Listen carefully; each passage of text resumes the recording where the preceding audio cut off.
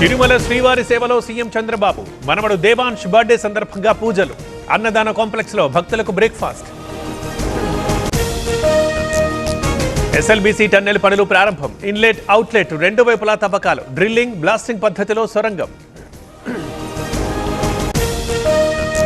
విజయవాడ పటమటలో దారుణం, ఇద్దరు బాలికలపై అత్యాచారం చేసిన యువకుడు, పోలీసుల అదుపులో నిందితుడు త్రినాథ్. తిరుమలలో ఫుడ్ సేఫ్టీ ఇండియా ల్యాబ్, శ్రీవారి ప్రసాద పవిత్రతని కాపాడేందుకు చర్యలు, కాసేపట్లో ప్రారంభించనున్న సీఎం చంద్రబాబు. వైఎస్ కుటుంబంలో మరోసారి ఆస్తుల వివాదం, మేనల్లుడు మేనకోడలికి జగన్ అన్యాయం చేశారన్న విజయలక్ష్మి, షర్మిలకు కూడా ఆస్తిలో వాటా ఉందంటూ నోటరీ. వైఎస్ విజయలక్ష్మి ప్రకటన బాధ కలిగించింది, జగన్ ఇంటి పరువుని బజార్కి ఈడ్చారు. జగన్ రాసిన ఎంఓయు వైఎస్ ఆస్తి కాదన్న రాచమల్లు.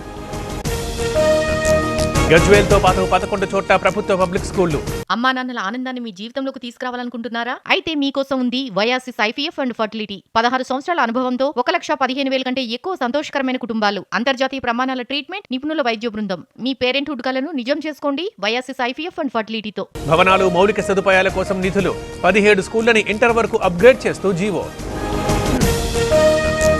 ఏపీలో ఇవాల్టి 10th ఇంగ్లీష్ పరీక్ష వాయిదా, రంజాన్ కారణంగా మరో రోజుకి పోస్ట్ పోన్, ఏప్రిల్ 2న నిర్వహించేందుకు నిర్ణయం.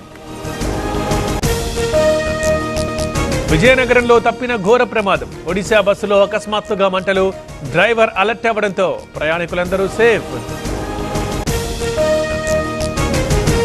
కనిపించని నెలవంక, ఇవాళే రంజాన్ పండగ, ఈద్గాల దగ్గర ప్రత్యేక ప్రార్థనలు, శుభాకాంక్షలు చెప్పిన చంద్రబాబు, రేవంత్ రెడ్డి.